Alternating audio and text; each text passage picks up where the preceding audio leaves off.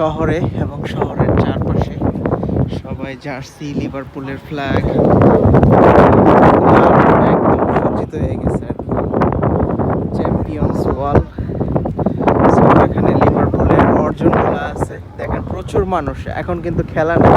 Normally এই stadium প্রাঙ্গণ MT থাকে খেলা ছাড়া, কিন্তু আজকে সবার মধ্যে এখানে আমরা প্যালেস্টাইন দেখতে পাচ্ছি। তো যে এখানের লিভারপুলের কিছু অর্জন: League titles 20 times, European Cup, UEFA Champions League 6 times, FA Cup 8 times, UEFA Cups 3 times, 10 times, 10 times, 1 times, FIFA World Cup 1 time. So খুবই সুন্দর একটা পরিবেশ সবকিছু মিলাইয়া। কিছু মানুষের যে লোকটা লিভারপুলের ফ্ল্যাগ বিক্রি করতেছে, সব মিলিয়ে অসাধারণ অনুভূতি।